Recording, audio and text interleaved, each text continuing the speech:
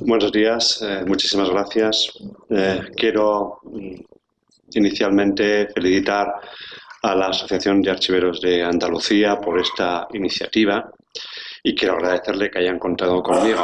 Es un placer venir a esta tierra y si además de venir a Sevilla uno lo hace a hablar de archivos y a compartir y reflexionar con colegas archivísticos, bueno, pues la maravilla ya es completa.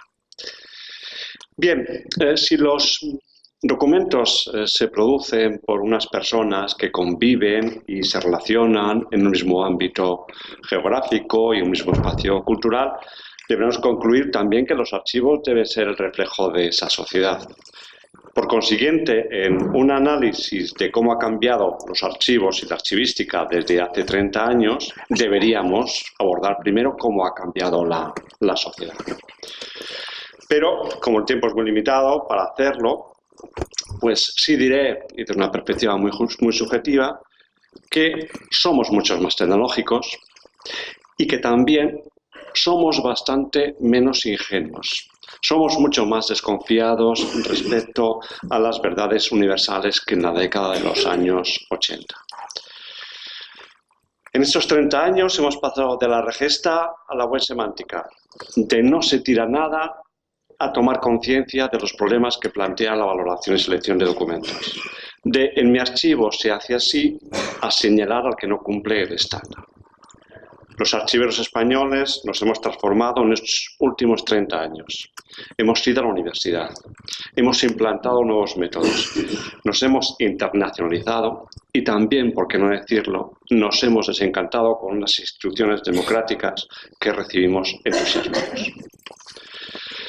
Hoy nos encontramos con unas tecnologías y una nueva forma de interpretar los archivos que está alejada de la percepción positivista en la que nos habíamos formado y que ponen en cuestión nuestros conceptos, nuestras metodologías y nuestras estrategias. Estos desafíos que la actualidad impone a la archivística nos obligan, como decía Terreco, a reconsiderar su doctrina y su práctica. Sin embargo, este debate no se ha producido, y aquí voy a apuntar simplemente porque no hay tiempo para entrar en ellos, por algunas dificultades. En primer lugar, por la percepción de concepciones localistas, donde la tradición territorial y la cultura archivística singular se imponen al carácter universal que requiere toda ciencia. Pero también por el debate sobre la concepción disciplinar de la archivística. En un principio, el concepto complejo de inferioridad y a la búsqueda de un mejor estatus motivaron que todos automáticamente calificásemos la archivística como ciencia. Posteriormente, la implantación de una formación institucionalizada y una investigación parecen haber impuesto el reconocimiento científico al conocimiento archivístico.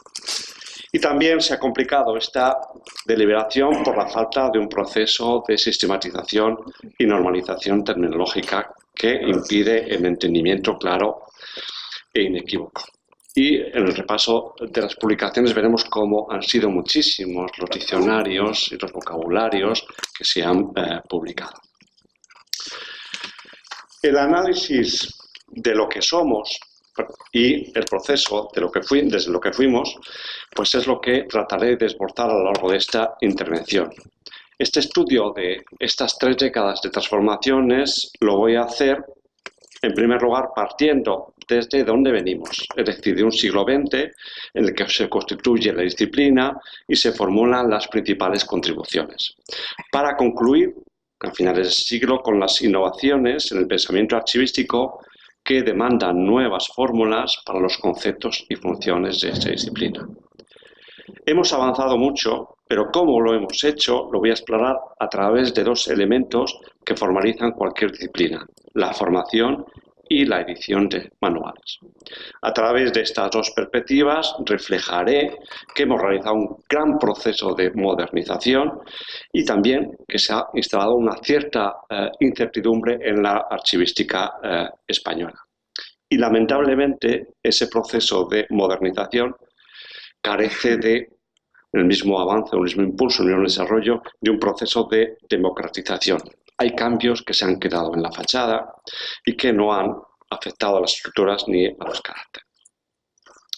Bien, ¿cómo se ha construido conceptual y sistemáticamente el conocimiento archivístico?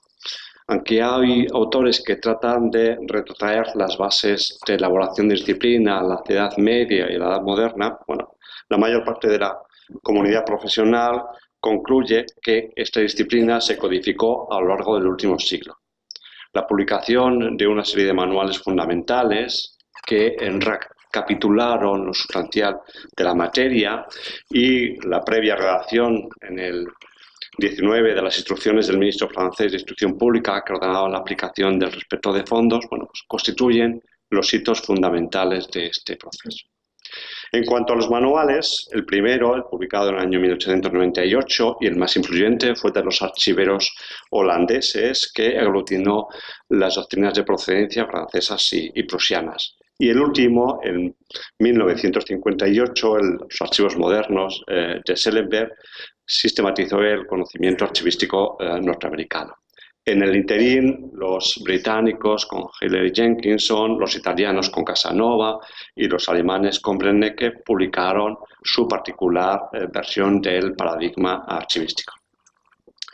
Toda esta articulación de teorías, metodologías y prácticas sirvió y sirve para que la comunidad archivística tuviese un modelo a través del cual desplegase sus actividades profesionales, encauzase sus perspectivas y también para que lo exportase al resto del mundo. Pero esta articulación archivística se caracteriza por su dependencia doctrinal de la historia. Que los archiveros e historiadores compartieran una misma mentalidad científica se comprende por el hecho de que los primeros teóricos de la archivística, unos destacados profesionales de los archivos nacionales, fueron formados por una generación de historiadores modernos y científicos que surgió del reconocimiento de la historia como disciplina. Esta nueva historia necesitaba un archivo objetivo, inmaculado, construido de forma natural y preparado para que los historiadores lo descubrieran y explotaran. Consecuentemente, se reclamaba que la custodia de ese legado fuese atribuida a un profesional invisible, objetivo, neutral y dócil. Esta mitología forzó la idea de que los archivos eran un resultante orgánico y natural de los procesos administrativos, que como residuos debían archivarse siguiendo un estricto orden original y describirse según su procedencia orgánica. Y así los historiadores, de forma similar a los paleontólogos que descubren los fósiles en las rocas, deberían encontrar aquellos documentos que presentasen los hechos del pasado tal y como realmente sucedieron. Pero el paradigma archivístico también ha estado considerablemente influido por las disciplinas auxiliares de la historia. El estudio de la génesis, la forma, la transmisión, la veracidad de los hechos y las informaciones, que analiza especialmente la diplomática, han aportado elementos fundamentales a la archivística, pero también han supuesto la marginación del análisis de los valores y de los procesos que llevaron los documentos a un archivo y que los pusieron a disposición de los investigadores. La incapacidad de la archivística tradicional para afrontar los retos de la tecnología y de la archivística digital y en menor medida la insatisfacción y el descontento que promovían las estrategias y los métodos positivistas suscitaron la contestación, provocó una reflexión con el fin de liquidar y relevar ese paradigma tradicional. A finales del siglo pasado fue cuando los archiveros, especialmente norteamericanos y australianos, anunciaron las bases de una nueva archivística posmoderna y poscustodial. Estos nuevos marcos, o metanarrativas, seguimos la terminología de Bernard Harris, no son una simple adaptación de principios, sino que se trata de algo de mayor calado. Es un cambio del paradigma archivístico. Ahora se promueve que los archiveros sean agentes activos y parciales, que asuman la responsabilidad de construir la memoria, en la que tratan unos documentos que se conciben como realidades virtuales y dinámicas y que se preocupan esencialmente por el contexto donde se crean. Enfrente, recordamos, las propuestas tradicionales impulsaban unos archiveros pasivos e imparciales que aplicaban unos procedimientos articulados en torno al contenido de los documentos, unos con documentos que se concebían como entes físicos y estáticos. Dicho de otra manera, y parafraseando a Cook, se plantea cambiar la teoría archivística para que pase de resultado a proceso, de estructura a función, de archivos a archivar, del archivo como vestigio natural o resultado pasivo de una actividad administrativa a una construcción de la memoria social elaborada y construida reflexivamente. Pero en España, a pesar de algunos esfuerzos ocasionales, la asimilación de estas nuevas fórmulas continúa siendo una tarea pendiente.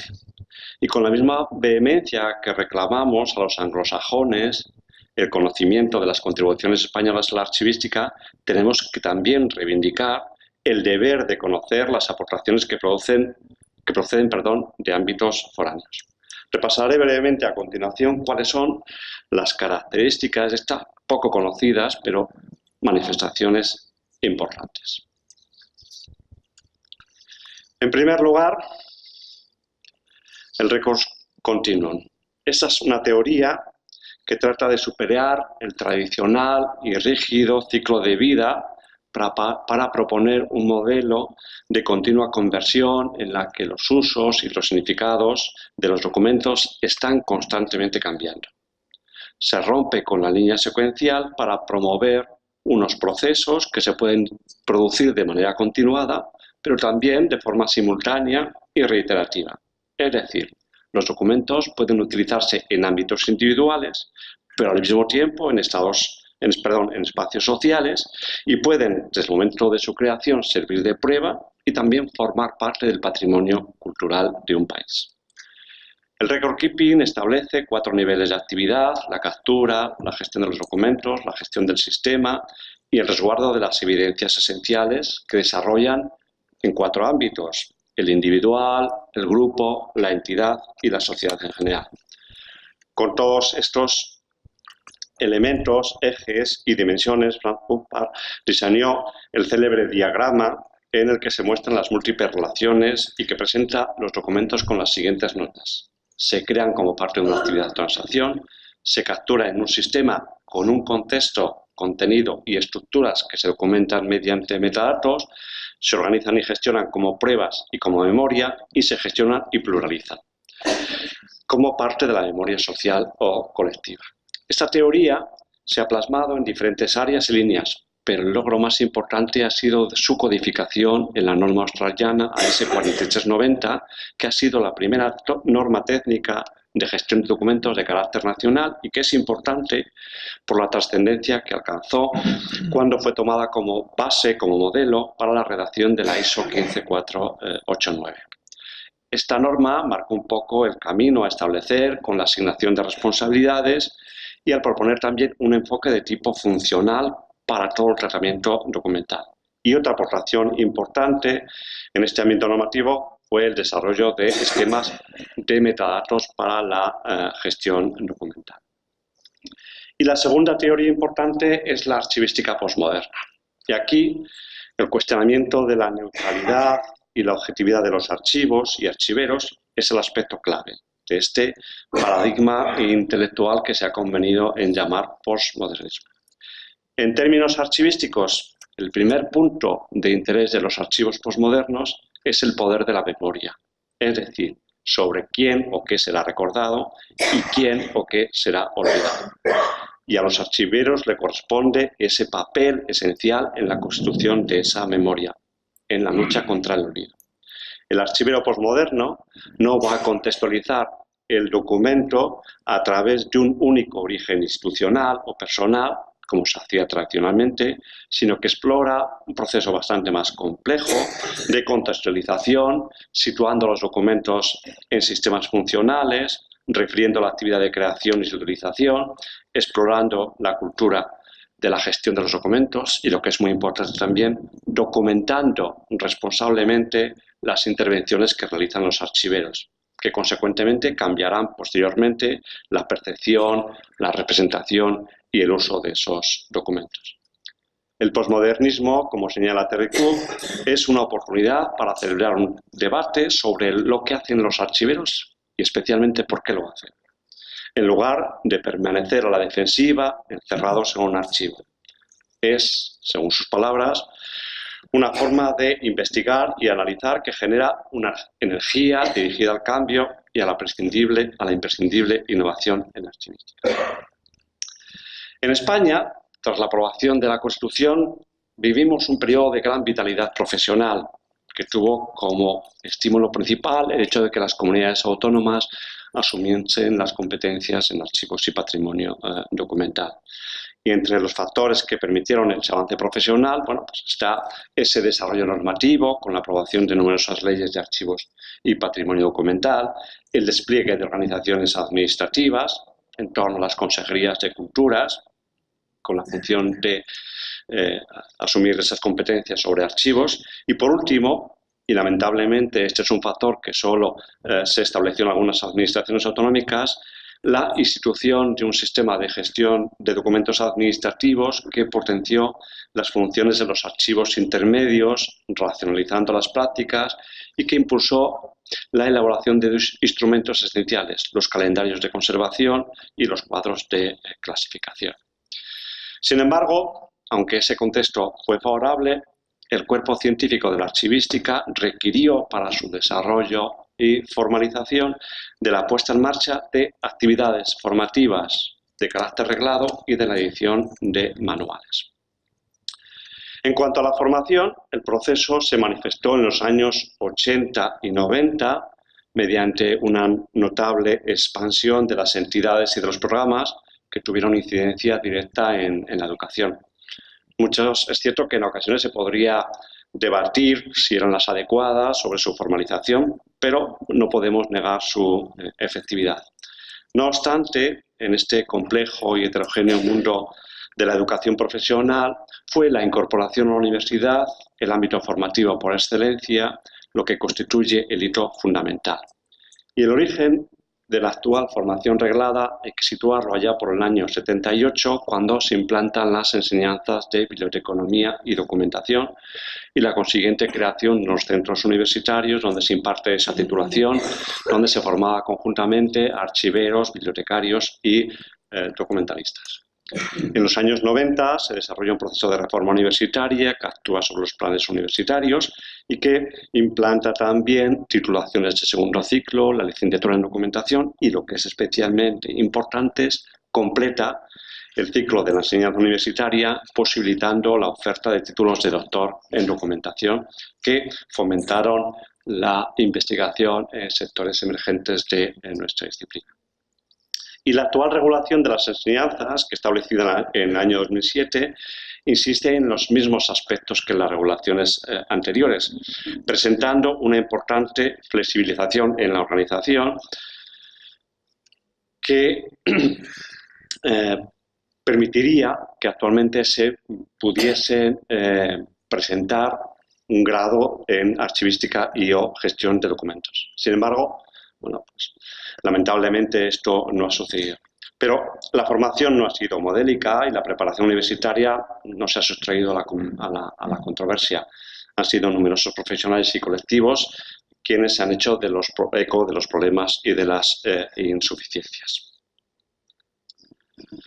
Entre esa cuestión hay dos iniciativas, una por parte de los archivos estatales y otra por parte de las asociaciones, donde se criticaba esa formación conjunta y se decía, bueno, pues que se trataba de disciplinas diferentes y que la archivística parecía menos valorada. En cuanto a los manuales de archivística,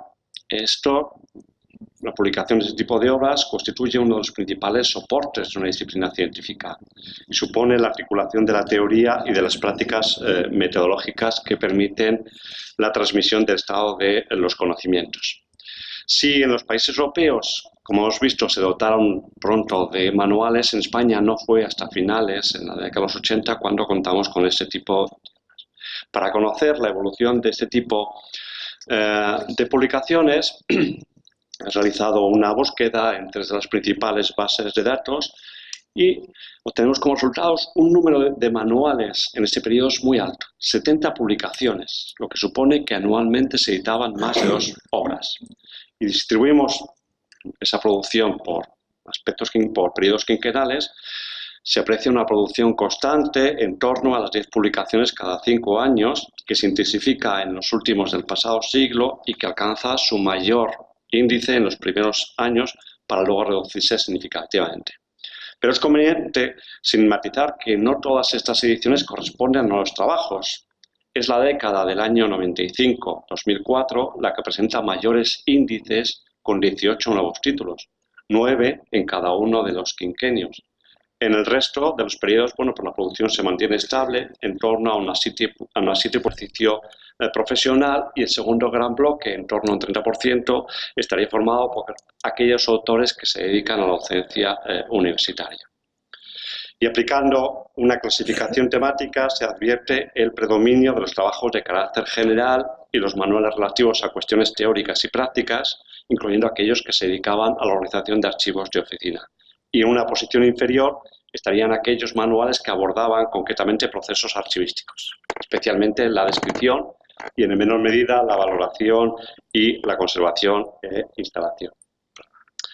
Y si en los países europeos se había compendiado su conocimiento en un único manual, en España contamos con 2 grandes referentes: Archivística General, Teoría y Práctica, de Antonio Heredia Herrera, y el Manual de Archivística de José Ramón Cruz Múndez.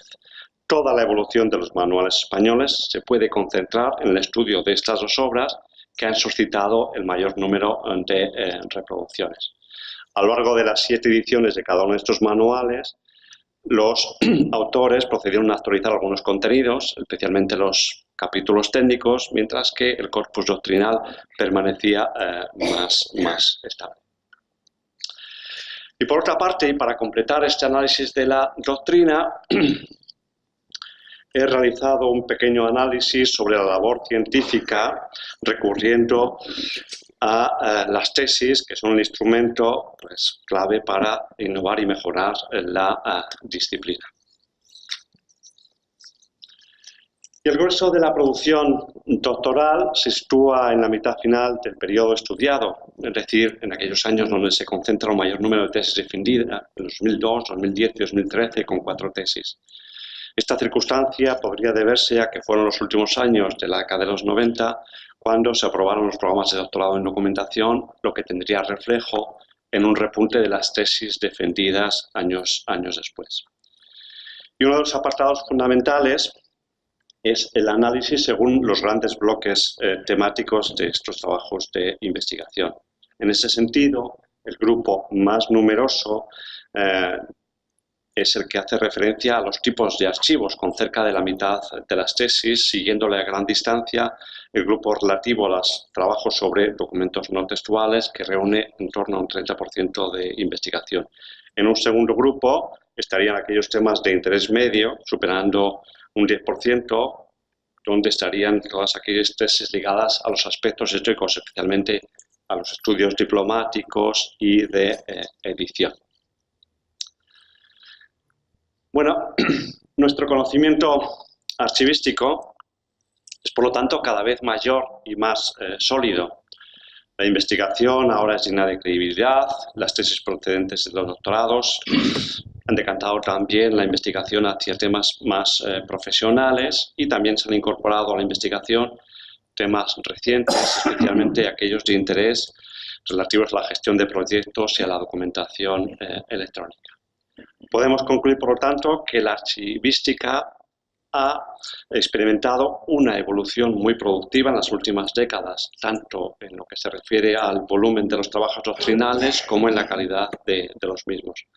Estas notas positivas están en la evolución de los manuales, que se manifiesta especialmente con su incorporación sobre contenidos de gestión de documentación administrativa, y en la deriva de la investigación científica, que va sustituyendo las tradicionales temáticas humanísticas por otras relativas a ámbitos y funciones propiamente archivísticas.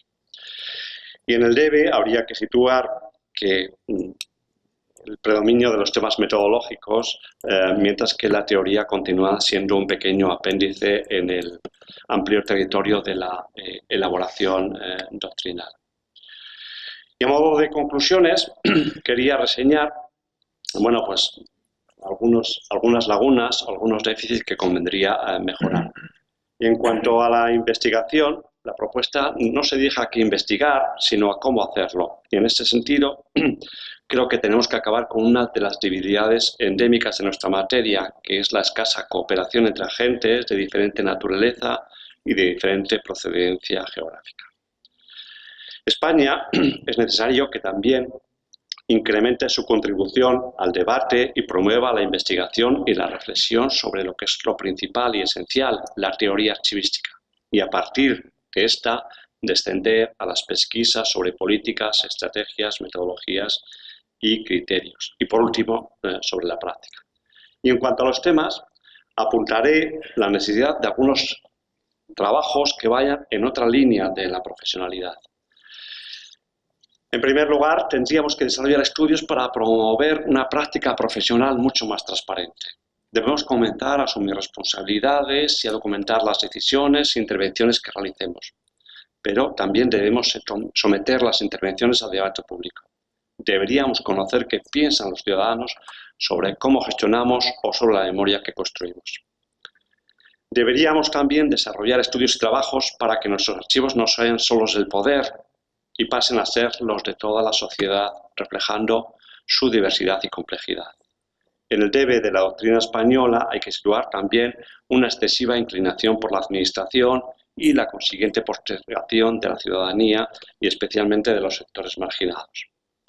Tendremos también que trabajar para que los archivos sean referentes en cuestiones de identidad, de reconciliación y de sensibilización con las víctimas. Deberíamos plantearnos por qué desde los archivos no hemos desarrollado trabajos para apoyar a las víctimas o por qué no hemos contribuido a la justicia, frente a iniciativas como australianos, noruegos o escoceses que han ayudado en temas como los niños separados de sus familias o víctimas de abusos. Aquí no hemos sido capaces de dar respuestas ni legales ni morales a este tipo de damnificados. Y tendríamos también que incentivar la realización de estudios que nos otorgasen una mayor capacidad de intervención e influencia en la configuración del ordenamiento jurídico. Y de este modo evitar que se aprueben regulaciones que no sean doctrinalmente neutrales o que impongan concepciones o procesos que no están admitidos por la comunidad profesional. Con estos estudios contribuiríamos a conjugar la estabilidad del ordenamiento con los avances teóricos y prácticos que pueden provocar la obsolescencia de las leyes. Y nada más, muchísimas gracias.